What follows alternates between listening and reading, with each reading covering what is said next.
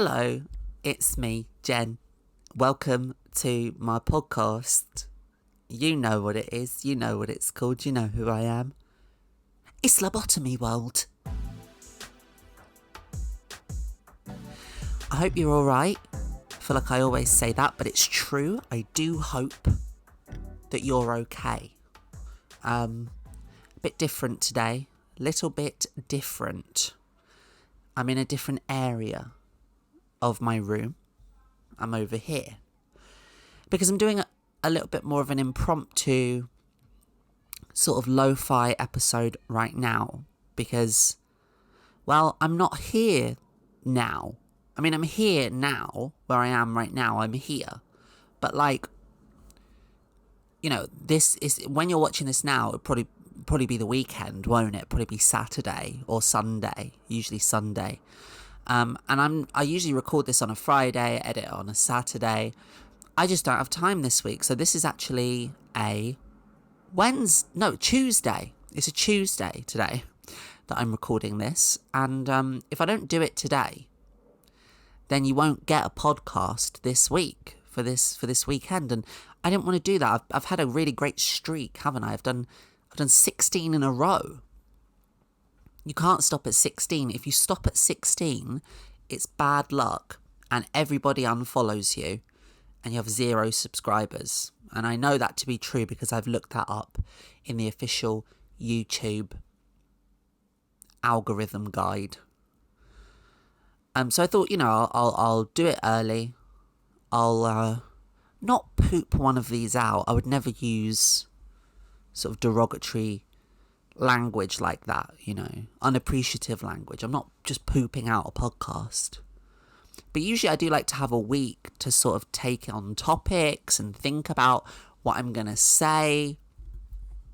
I never really think about what I'm going to say, but I guess think about what I'm going to talk about. That's my process, I observe the news. I follow the zeitgeist. Sometimes I don't follow the zeitgeist. Sometimes I'll talk about something crazy. But yeah, not this week because while you're at the exact moment that you're probably watching this, if it is Sunday, I will be at a wedding. Now listen, I don't go to a lot of weddings. Okay, I don't go to a whole bunch of weddings. Not everybody is inviting Jen to their wedding. Not because they don't want me there, but just because then not everyone's got married, have they? But one of my friends, she is getting married. She's getting married to her lovely fiancé who is going to become her lovely wife. And she lives in Dublin, which is in Ireland. And I get to go to the wedding. And I'm very excited about it because, I feel like as you get older, you do start to go to more weddings, don't you? Not that I've gone to a lot, but you start to go to, when you're a kid, you get dragged to weddings. Weddings of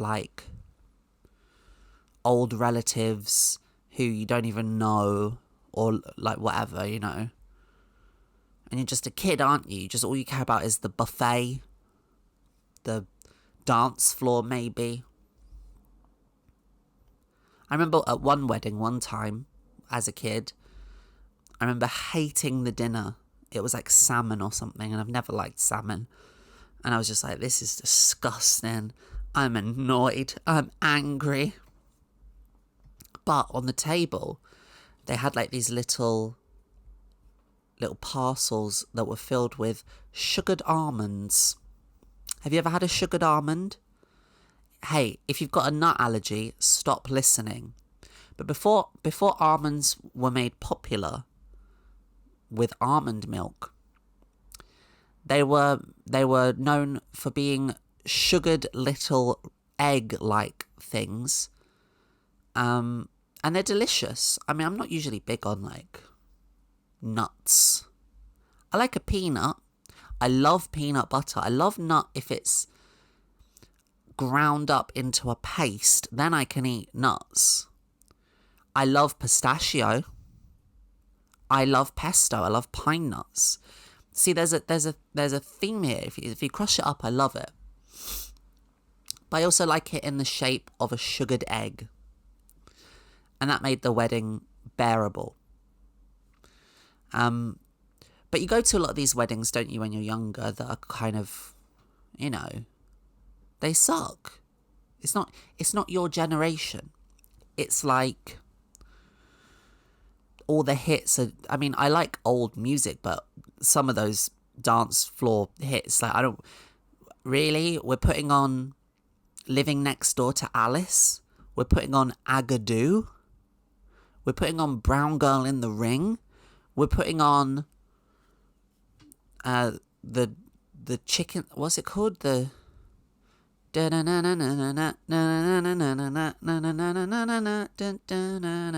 it called the chicken song? We're putting that on. But now that I'm older, not that old, but still older, and all my friends are becoming adults. Well, they've been adults for a while, but what I mean is adults in the more like you legally become an adult in the UK at 18, don't you? But what I'm referring to is like, I guess, emotionally, life-wise, there's becoming an adult and then there's becoming an adult, and like settling down, getting married, all that kind of thing. That's adult behaviour. And then your friends get married, and then weddings feel different at that point, you know? Because when you're a kid, weddings, they go on a bit long. They do. They go on a long time. And your family members get very drunk.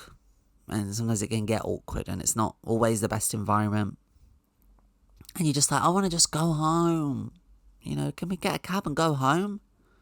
But you feel like you can't go home because it's like, well, it's a wedding. You have to go home when everyone else goes home. But I hate that feeling. Does anyone else hate that feeling of wanting to leave, but feeling like you can't because social pressure is that you have to stay? As I get older, I'm trying to be more comfortable with that, you know, like kind of just, definitely in the last sort of 5 to 10 years, I've become a lot more, what's the word, like, I've become a lot more sort of unforgiving. Is that the word? I don't know. Like, what I'm trying to say is that I try to do what I want to do now a little bit more, especially if it's the context of, like, you know, if you're out and about and everyone's drinking, you're in a pub or something and you've had enough, you go and you don't apologize for it. You're just like, I've had enough, I'm going. That's me now. Uncompromising, that was the word I was looking for. But now, when it's someone that you legitimately love as a friend, like someone who, you know, you're really genuinely happy for and that you know, well, then a wedding becomes a beautiful thing. You know, it becomes like a historical moment. It becomes something that you're happy to be a part of. Also, and it becomes an excuse to dress up nicely. I'm going to. I bought some new makeup just for the wedding. Look, I bought this L'Oreal lipstick and all kinds of other things. And I've got a really nice dress that obviously I will next week show you all pictures of and everything, because I would have done the wedding. But I love Dublin, and I'm looking forward to going there again. I've been once before. It was a really nice place. The only thing I would say is, when I was there the last time, someone did throw an egg at me. And at first I thought, I'm being hate crimed for being trans. You know, because it was night and there were rowdy drunk people around, and I don't know, I just, you know, it's not unfounded to assume that. Dublin's not a safe haven for trans people necessarily. But then I kind of thought, oh, maybe it's just more to do with the fact that I'm British. You know, I'm English. I was like, well, fair enough then. I guess that's fair enough. When I was in Dublin last time, I went to their waxwork museum. And it was exactly what you would want a waxworks museum to be. It wasn't like, Madame Tussauds. I've gotten better at that now, pronouncing it Tussauds. I used to just say Tussauds, but I've heard enough people refer to it as Tussauds now to know that I was wrong to pronounce it that way. And I feel very ashamed. So it's better than Madame Tussauds, which is, that's like your commercial kind of waxworks. Like some of the waxworks in there actually look good. And I'm just like, I didn't come here to see good looking waxworks. I didn't come here to see Kylie Minogue looking beautiful. I came here to see abominations.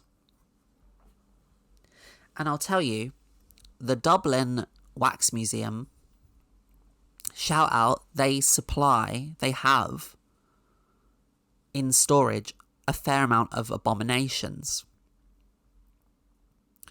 The Dublin Wax Museum, it has like a Father Ted room. Shout out to Graham Linehan. Also, there's loads of like Irish TV names, like TV characters. I think the main thing that I love about the Dublin Wax Museum is that there doesn't really seem to be a lot of rhyme and reason to sort of who they put out and where they put them. Because you'll have like a room that is like full of these Dublin RTV presenters or whatever that I be honest, I don't know who they are really. I probably know like one of them. But in the same room, they'll also have waxworks of Star Wars characters.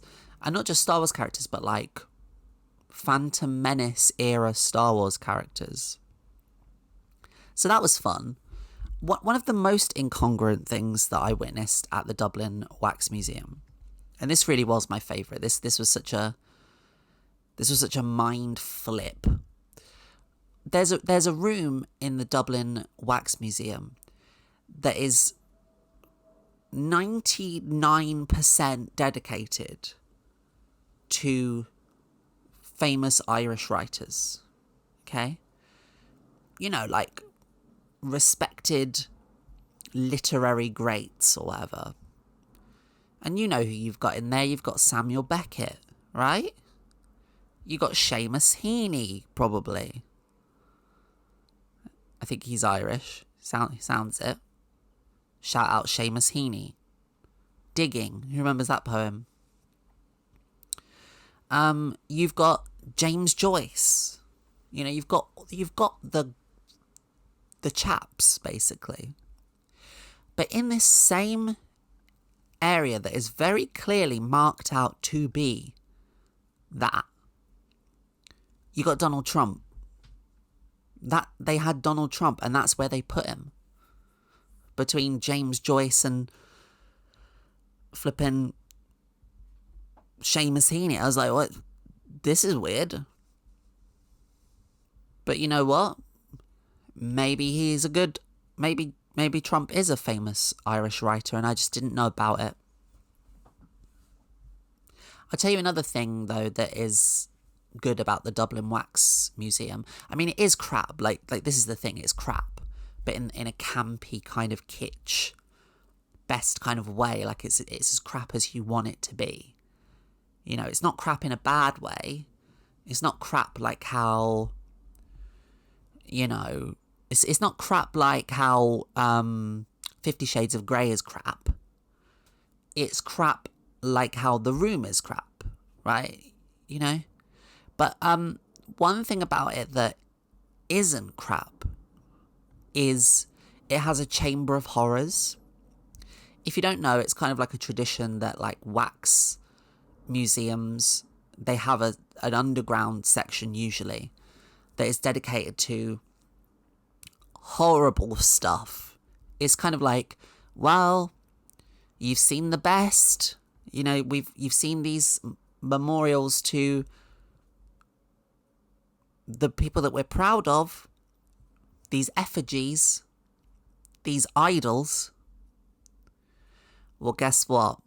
We've done some absolute ghouls as well. And usually how that will manifest is, for example, in Madame Tussauds, there's like a a whole room full of killers. So there'll be like a waxwork of Myra Hindley. Shout out Myra Hindley. You know what you did. Fred and Rose West, not my Rose. Who else? Jack the Ripper, probably. I mean, no one knows what Jack the Ripper looked like, but I guess they could do it as like a very cheap one. They wouldn't even have to really sculpt the face. They could keep the face just blank and be like, no one knows. But in the Dublin Wax Museum, I can't remember if they've got anything like that, but they do just have a generally like spooky zone. There's like an old reception for a hotel, and you go in, and then there's like a man trapped in a fridge, and they've got like little animatronics that make you jump. It's good stuff. I mean, listen, there was a load of good stuff in Dublin. I really enjoyed it generally as a city. It's beautiful. The people really nice, except for the one who threw an egg at me. But that was an outlier, you know. It's not like everyone threw an egg at me. It was just one person threw an egg at me. And I wouldn't say that you can judge Dublin on the fact that someone threw an egg at me, because I've had eggs thrown at me here in London. Quite often, actually. I remember like when I was a teenager, usually around Halloween, not always on the day, but sort of like the days leading up to it. And I'm not talking about at night when you expect an egg to be thrown at you on Halloween. I'm talking about like you're coming home from school and you're on the bus and you get off the bus and an adult throws an egg at you because you look a bit weird. But yeah, there was loads of nice stuff in Dublin, but the Wax Museum really does stand out in my mind as being significant. Anyway, long story short, that's why I'm doing the podcast early, because I'm going to be in like another place. And I don't want to stop. I don't want to break the cycle, the streak. And that means the extra episode too. I'm going to record an extra episode. That'll probably be out too. But what do I want to talk about? Well, you know, sometimes these episodes, they can just be about whatever's on my mind. It doesn't have to be like a whole production. I haven't even set up a light. I'm using the window like God's light. I've been using Reddit more recently, more often than I ever have before, and I'll tell you why. Because I have a Reddit account now, like a page for this. It's called Lobotomy World. If you haven't joined it already, you probably should. It's very good. Like, the people on there are really nice, and I moderate it. I look at everything. It's not, you know, it's not some weird like place where you don't know what's going on. It's Lobotomy World stuff. People like to post like cool questions to me, and like they post like fan art and stuff like that. And next week I'm going to show off some of the fan art that I've gotten, because it's amazing. I don't really have time to edit it in this week. But I'll be honest, for the most part, I don't like Reddit. I've always maintained that I don't really like Reddit. I'm not naturally a Redditor. I've always found Reddit to be a kind of annoying, sort of dated kind of thing. Like, I feel like it outstayed its welcome quite a lot. Like, Reddit to me feels like the kind of website that would have been in vogue or popular around the time of something like The Chive. Do you remember The Chive? Or Cracked.com, you know? Or 9gag. And I know that Reddit is essentially just 4chan light. And let's be real. Saying something is like 4chan light does not make it appealing to me. Like, for example, if you said, oh, sorry, like, we're all out of Fanta, but we've got Fanta Light, you'd go, okay, that's all right. It still tastes like nice. Still fruity, isn't it? But 4chan light, i.e. Reddit, to me that kind of comes across more like someone saying, oh, sorry, we've only got a bucket of shit, of human shit to eat. And sorry, it's light. I'd still be like, but is it still a bucket of shit? And they'd be like, yeah. And I'd be like, well, I'll pass then, actually. I'll be hungry. That's okay. I think the main thing that I dislike about Reddit is it's kind of like, it's all very well giving everybody the opportunity to have a voice. It's very nice that anyone can create a page, anyone can create a subreddit and have a community and all that kind of stuff. But firstly, most people on Reddit, the way they type and the way they talk, to me, they feel like all one person. Like, to me, like the tone of people when they speak on there and they comment, not everybody, but for the most part, and definitely not the people in my community, but for the most part, they all just sound like the same person to me. And I kind of read them all as the same person. I don't really imagine, for the most part, that Reddit is a website filled with like millions of users. I just think it's one person who's leaving all the comments and everything. And two, like, one of the biggest problems is, okay, it's all very nice and democratic to give everybody the opportunity to make a subreddit. But some of those subreddits are twisted. Like, really, I don't want to, I don't want to come across as pearl clutching here. But some of those subreddits are a view into the mind of the deranged, genuinely like sick people. And I'm not even just talking about your kind of gore subreddits or your kind of pedos or whatever, which, let's be real, there's probably a lot on there. I'm talking about like just text-based conversational ones. I remember I made the huge mistake of joining a subreddit called r/confessions. I don't think I joined it actually. I think I just perused it. Again, just out of morbid curiosity, I'm like, okay, people are coming here to get something off their chest. I wonder what it would be. And I thought it would be something like, oh, when I was 16, I keyed somebody's car and I've always felt bad about it. Not that I ever did that. I used to steal the little things off the wheel, the little hubcap thing. Not a hubcap, that was like a big trend of my generation. Like, you wouldn't understand, but like before like Labubus and before Fortnite, Minecrafts, there was Roblox. There was a trend. There was an activity where you would kneel down beside a car in the street and you would unscrew the little valve where you would pump up the tire, I guess. And some of them were like metal and shiny and chrome, and you would collect them like you might a Pokemon card, and people would trade them and stuff. I mean, and that's real desperate stuff, isn't it?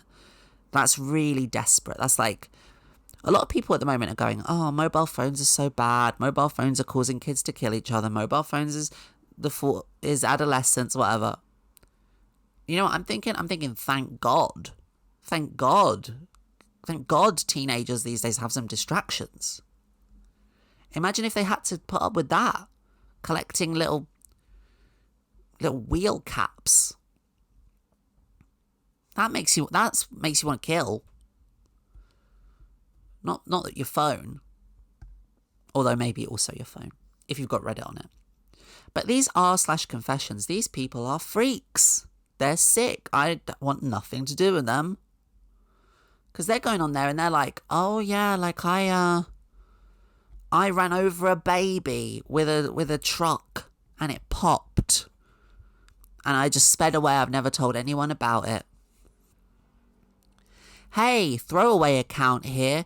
When I was 12, I threw a brick off a bridge and it hit a man on the head and his whole head exploded. And I went to kid prison. I've never told anyone about it. You shouldn't be on here. You shouldn't be telling anyone that. Keep that to yourself. We all make mistakes, but like, I don't want to hear about them.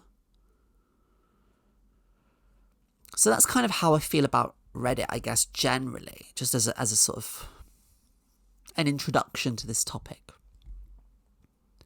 But I've come around to it a little bit more because, as I say, it is a very good tool for finding interesting news stories and kind of knowing what's going on in the internet landscape. I used to use Twitter for that. And obviously, Twitter is a lot harder to use now because, well, I'll give you an example. I rejoined Twitter when this podcast that you're listening to now, when it started building a little bit of momentum and I started getting subscribers and stuff, I thought, oh, maybe I should go back to Twitter. Maybe I should check in. A few years ago, I like completely disabled my Twitter account. Like not even just like, oh, disable it. I'd like deleted it. I was like, I never want access to this ever again. But now that the podcast is doing okay, I thought, well, maybe I should check back in and use it again to, source topics for me to talk about. And then also maybe, there might still be a lot of people that would like to follow me on there. Now, I haven't been back on Twitter in well over like a year, maybe 2 years. Like pretty much since it became X, whenever that was, I haven't really engaged with it. And I was on there for a day, like a day and a half maybe.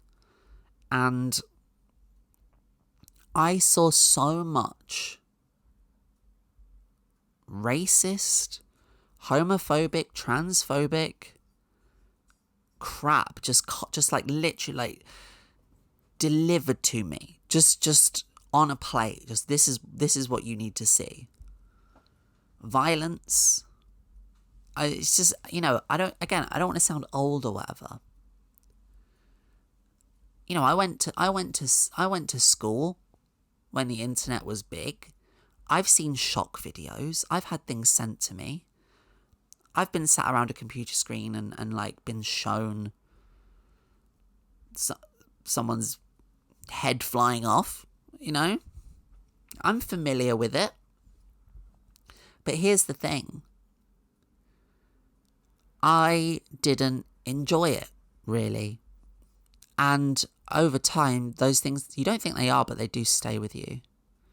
It stays with you way more than, like, for example, okay, there's a lot of talk these days about true crime and stuff like that. I'll admit I do have I have a kind of a passing interest in true crime. I will occasionally watch like true crime videos. Like mainly I like the interrogation ones. Not that I believe a lot of the stuff they go on about. Like there's all these YouTube accounts now where like you can watch. I mean, you can basically watch the whole process of like someone getting arrested, someone getting interrogated, and then also someone in court. Like you can just have the whole timeline basically. And I find it interesting, but I don't buy into like this pseudoscience of like, they always go, the guy was moving his arm here, and you can see that moving his arm is a clear giveaway that he has something to hide. And it's like, is it though? Maybe he was like leaning on his arm for too long and it got tired. Notice how the suspect crosses his arms over his waist, over his stomach. This is because he is thinking about the burger that he ate which was the weapon of the crime scene. It's like, come on, like, how do you know that? Maybe he just had a tummy ache generally. But of course, I'm interested in true crime. Everybody is. But it doesn't really stay with you in a meaningful way, I would say. Like, you could be creeped out by a true crime case. It can make you kind of self-conscious and wary. It can make you think about, your safety obsessively. That's bad. But that can also be good. It can be good to be aware of your surroundings and stuff. To be cautious. And there's definitely true crime that goes too far, and I'm not a fan of all of it. I think some of it is like very exploitative. I tried to watch that. There was one on Netflix, actually. In a lot of ways, a lot of the internet stuff is doing a better job than some of the more mainstream stuff. Like that Gabby Petito, is that her name? Gabby Petito murder. I watched a documentary of that on Netflix, and I couldn't get through it. I just thought it was too distasteful. I think I've spoken about it before, but they use like an AI version of her voice to read out her own texts and stuff, and I just was like, this is fucking weird. But that stuff doesn't stay with you in the same way that like watching a guy's head fly off stays with you, or watching someone on the news get shot or something like that. You know, it's I would try to avoid that kind of stuff if you can, and Twitter was forcing me to watch it. So Twitter didn't work out, but Reddit then has become a kind of good substitute for that, really. Hey, I'm Jen's personal AI advert bot, model 882,374,932. Why not become a member to Lobotomy World?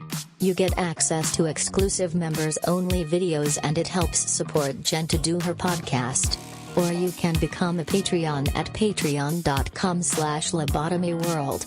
Okay, thanks, I need to return back to the computer mainframe world, so I gotta go by now. Like, Reddit's okay for news aggregation. Is it aggregation? What's the word?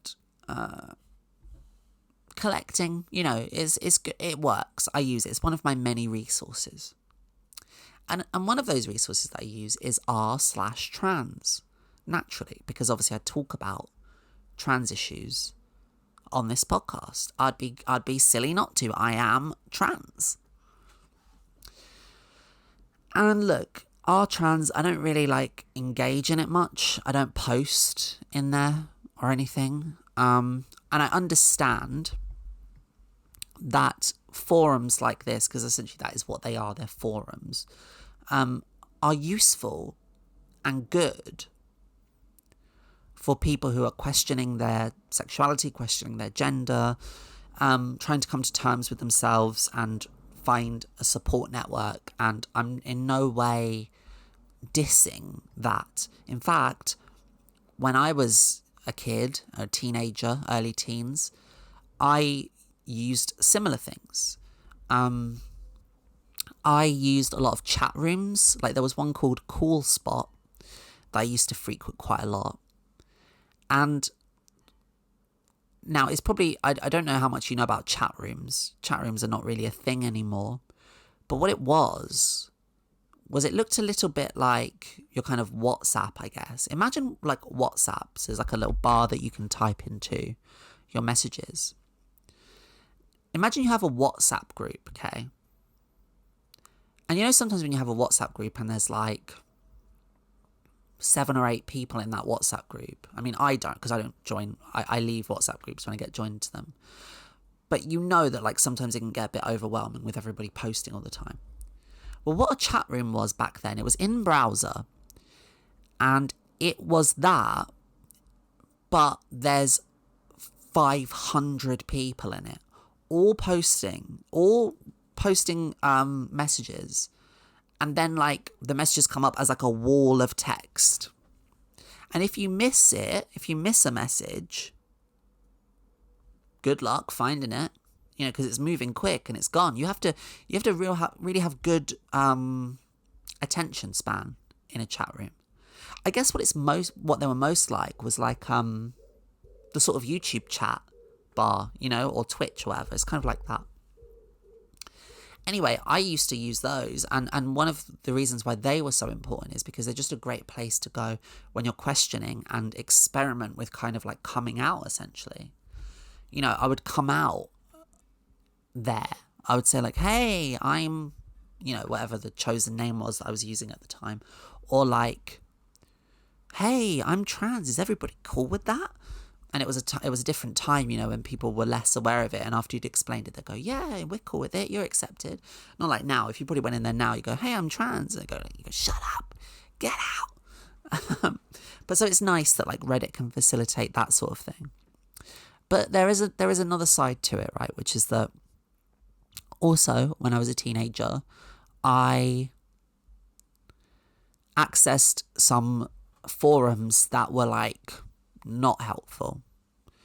There was one that was more of your traditional forum, you know, where you would like go in and there's like different topics and you select a topic and then there's a subtopic, and you select that, and then you can like post, and then you'd wait for your replies to come in, kind of thing. Usually through email, you get an email and it goes, someone's replied to your post.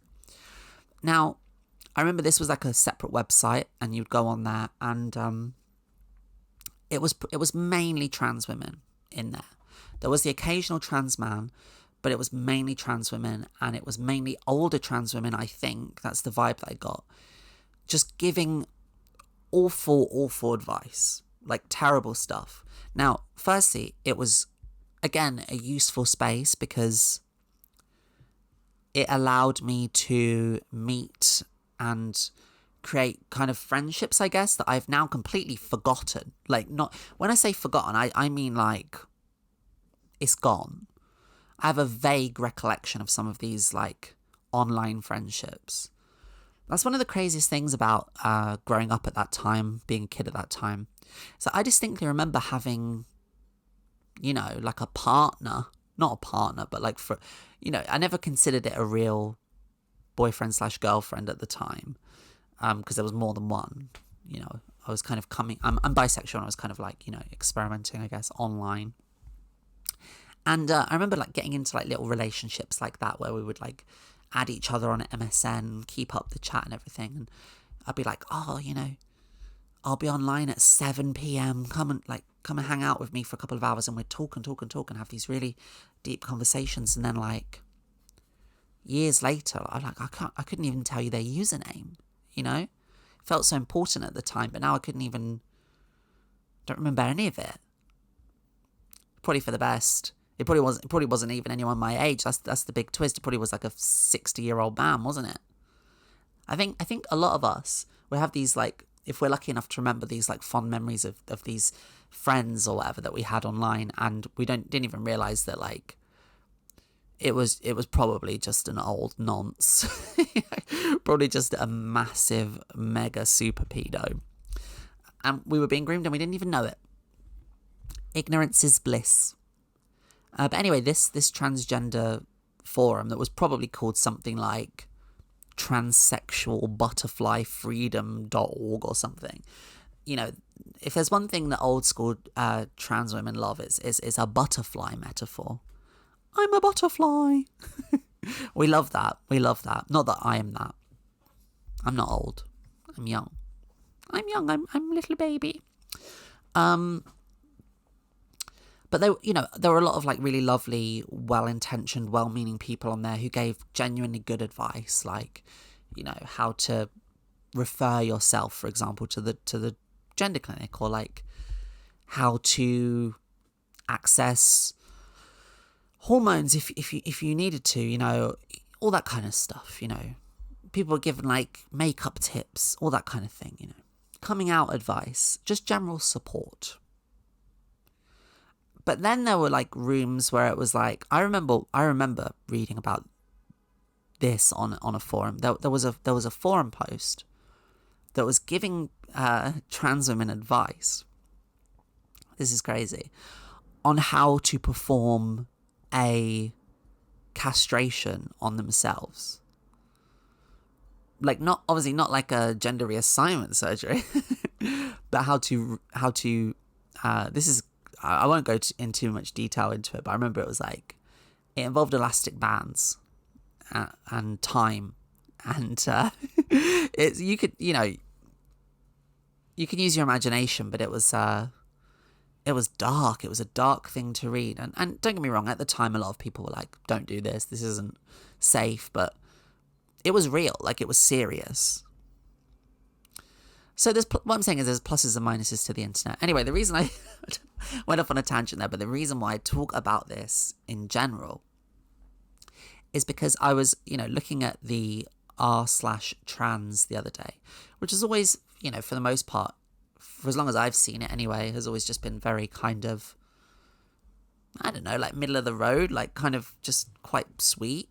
Just people going on there going, hey, I think I'm trans, or like, hey, do I look nice today? And then people going, yeah, you look lovely, queen, go off. You know, that's the vibe of it. Or the occasional post that's like, I can't believe this is happening in the news. And everyone going, yeah, like it's, you know, it's what I do. But this week, there seems to be some like, there's drama in the trans subreddit. From what I can see, and I've tried to do a little bit of research on this, I've tried to understand it, figure it out. But it's all a bit like nebulous, because it's kind of like the original post that's being referred to is now gone. The mods are like deleting things. So basically, the gist of it is that trans men, I think, feel excluded from the subreddit, and feel like the mods are censoring them and not prioritizing them and actively being quite rude to them.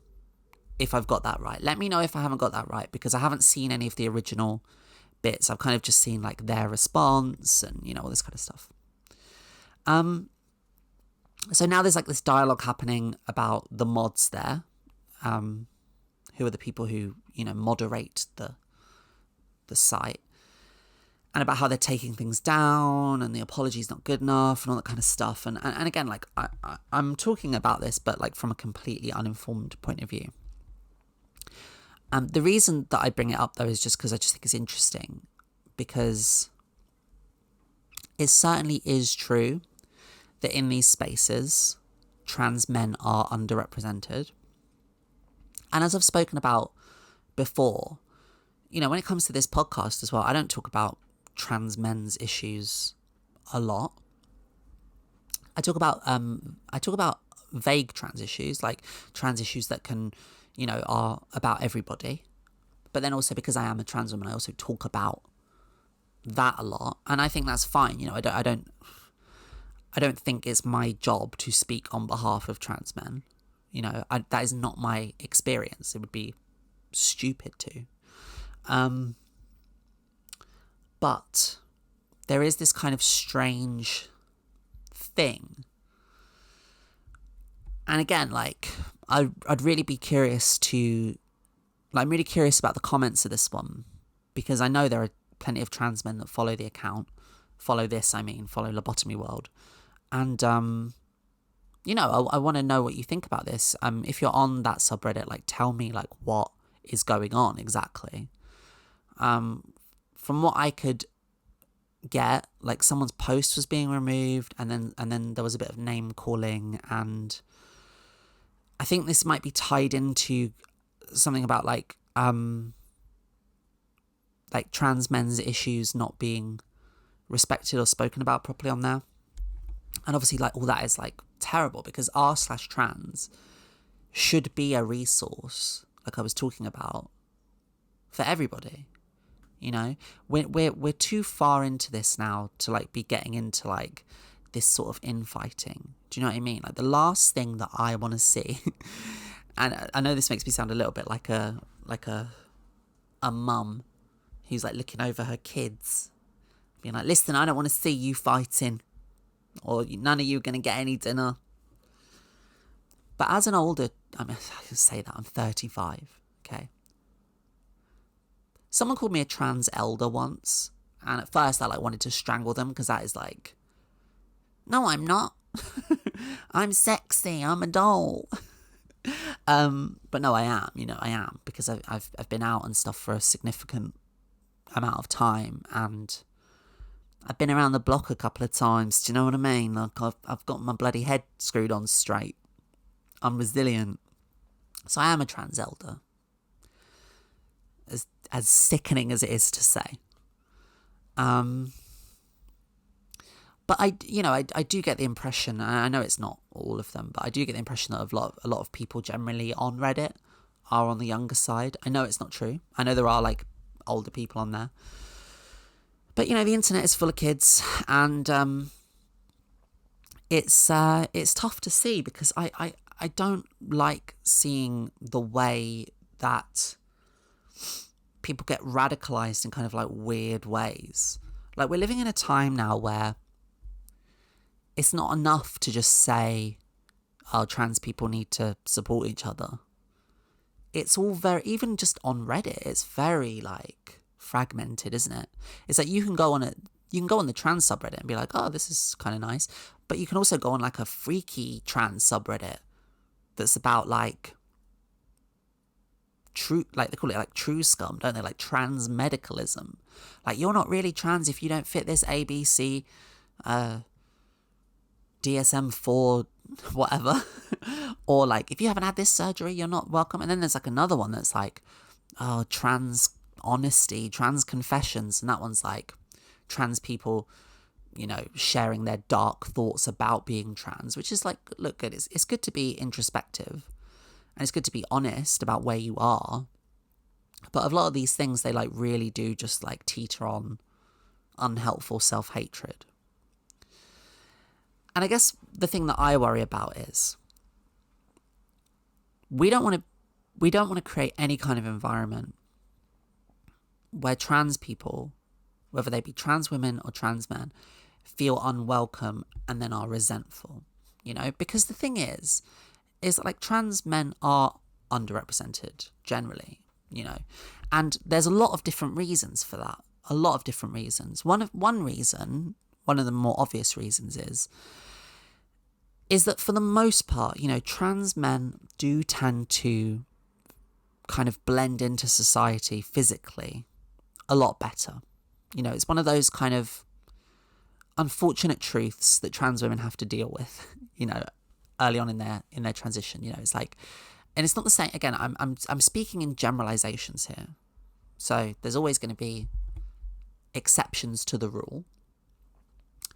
But I think it's well established and pretty much accepted that, you know, the medical trans process for a trans man is by no stretch easier. I wouldn't use that kind of wording, but like, well, maybe it is. I don't know. Like, I guess what I mean by that is like the medication, the way the medication works with the body is a lot faster.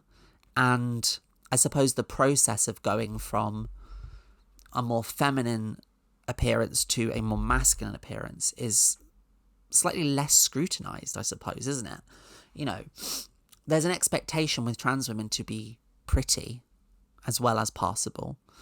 So then it becomes kind of complicated, you know. Whereas trans men, I mean, their voice naturally deepens on the medication a lot of the time. And I suppose for that reason, it does mean that a lot of trans men can just, if they choose, they can live in stealth a little bit more easily than a lot of trans women can. Like, trans women really do have to get comfortable with the idea that people are going to know that they're trans, you know, maybe always. But I don't want you to think that what I'm saying here is like in any way, you know, I'm not trying to say like, oh, trans men have it easy generally. Like, they don't. Like, there's an added sort of monkey's paw-esque Faustian bargain to that, you know. It's like, okay, like maybe that's true for a lot of trans men, that they can blend in quicker and easier. But that does come with its own problems. I mean, it comes with the obvious problem of lack of representation. Living in stealth isn't something that we should be sort of necessarily aiming towards. You know, we should be aiming towards a society in which trans people are accepted, not hidden away. And, you know, if you are hidden away like that, then it means that your voice does not get heard. And it's so important that we hear the perspectives of trans men, because, you know, their experiences are unique. We have so much in common, loads in common, but they do have a unique experience that is difficult to understand if you actually don't know about it, you know? Now, I am lucky in that, like, the communities that I've had and places that I've worked and friends and stuff, I've known a lot of trans men. And as I say, the ways in which we're similar, our lived experiences as trans people, they they run aside. They're like almost identical, but there are like, you know, differences that I won't go into, but like they're important to recognize. Basically, I feel like I'm rambling, but what I'm trying to say is that the internet has a way of amplifying that as well. You know, if you go into a Reddit subreddit thing and it's trans related, I think those statistics, those sort of dynamics that I'm talking about the blending in and the sort of like, you know, staying quiet and all that kind of stuff, it becomes like a digital version of that too. And we need mechanisms in place. We need there to be responsible admins, responsible like overlooking of that to ensure that people don't get forgotten about. And we should be, it seems stupid to even say, but we should be allied with each other. I don't want to see another weird subreddit start that's about like, I don't know, like for example, like sometimes we see reflections. So sometimes our world, the trans world, can feel very insular and very sort of, you know, inside baseball, like the things we talk about and the philosophy and all that kind of stuff. But in another way, sometimes it can feel like it starts to reflect, for lack of a better term, the outside world, you know, in quite interesting ways that I would say are not helpful. Like one of the great things about being a trans person, and people don't talk a lot about what the great things of it are, but one of the great things of it is, or I should say, of being like, you know, gender non-conforming, trans, however you want to like identify it, is that you get to, hypothetically, in a utopian vision, create a new starting position, you know? You can say, hypothetically, oh, these things about society that we don't like, that have been restricting for us, have been a prison for us. Wouldn't it be nice if we could go into our community without all that nonsense, okay? So the last thing we want is we don't want to be in a position where we are thinking in the exact same sort of like simplistic, philosophically uninteresting way that we perceive a lot of cis people in society to think. We can't go around saying, for example, trans men are scum because they're men. You know, it's like this weird and vice versa as well. It's like there's also the other way. It's like, oh, trans women are dumb because they're women. It's like we're taking like a lot of these really reductive stereotypes essentially, and we're applying them to ourselves, whereas in reality what we should be doing is running as far away from all that as possible. The truth is in the nuance, right? The two ideas can be true at once. You can advocate for and believe and say with your full chest, trans men are men. You can do that. And you should, because it's true. At the same time, though, you can also acknowledge that trans men do have a slightly different lived experience to cis men, in the exact same way that trans women have a different experience to cis women. Not uncomparable, but differing. And as a result of that, that means that you cannot put any blanket statement on the motivations or the psyche or the behaviours of a trans man or a trans woman. We should be encouraging ourselves to deviate away from these ridiculous, backwards, boring stereotypes. And we should be valuing and celebrating those differences and those differing lived experiences, because those are the things that make us unique, you know. As a trans woman, like the fact that I, you know, went to an all-boys school and had a lot of male friends growing up, that's an asset, not a hindrance. That means that I get to have a perspective that is largely unique, you know. It doesn't mean I'm perfect, doesn't mean I've got it all figured out. But I think it does help in terms of, you know, developing and growing your perhaps emotional intelligence a little bit. Certainly makes you more empathetic generally. And, you know, people are throwing around terms on our trans, like, trans misandry, which is misandry, like the hatred of men or whatever. And I just feel like if you're trans, you can't really start going down those lines. I don't know, it just feels a little bit absurdist to me, you know? So, I guess what I think is ultimately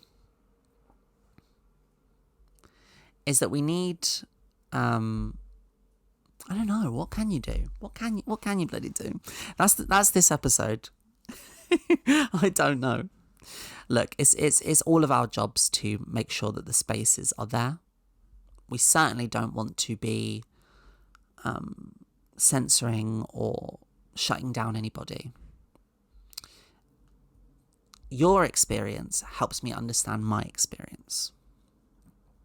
And things are too complicated to take a simplistic view. I've always believed that. That's just what I think. I don't like how dumbed down everything is. But on the flip side, things can become too convoluted and complicated, you know? How about, here's an idea. This is wild, this idea. I've just thought of it. How about we all be nice to each other? Yeah? How about we just give it a go? I know it doesn't feel natural. Certainly doesn't come naturally to me. But sometimes you just got to try something new. Let's try and get out of our comfort zones. Let's do something different. I guess what I'd like to do then with this podcast is put my money where my mouth is a little bit and say to the people that watch, if there are any trans men out there who would like to come on the podcast and have a chat with me, just casual. We can do it over like Teams or Zoom or whatever it is the kids are using these days. Discord. I'll download Discord for you. If you'd like to come on and just have a lovely chat and just talk about some, you know, trans man specific issues, I would love to do that. Let's have I don't know, like we could even maybe, if it goes well, we could maybe even have a segment. The Trans Man Minute. You get 1 minute. I think another thing is, I think a lot of trans women feel silenced, generally, by society. You know, we feel like we're not taken seriously in any regard. We feel excluded from society and probably resentful that we cannot pass easily all the time. Being othered a lot like that it has a strain. So I think a lot of trans women online see the internet or the space that they've created on the internet sort of as their safe space. Do you know what I mean? We can kind of get our backs up against the wall a little bit sometimes, I think, and be a bit like, no, this is all I've got. So this is for me. And listen, I'm not saying that's good. It's stupid, but it makes sense. And then I think a lot of trans men, totally understandably, I think some just kind of get used to maybe not having to necessarily be out all the time. Is that fair to say? Again, not talking about everybody, just positing a theory. I think if you are lucky enough to be able to like live in a kind of quote unquote stealth way, not that, again, as I say, not that that is necessarily a good thing and comes with its own burdens, but I certainly think that when that is a thing, it can be more difficult to kind of like translate that then into these online spaces, speaking out on them and stuff like that. And listen, I'm all for people being more out, you know, like keep your voices up. Don't let anybody shut you down. We need to hear what trans men have to say. It's imperative, it's vital.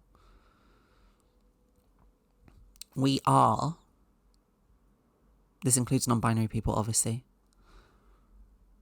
We are a community.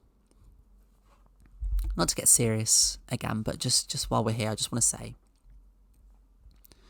one of the most frustrating things that I hear from right-wing griftery types who talk about trans people is, one thing they'll say is they'll go, trans community? What do you mean trans community? There's no community.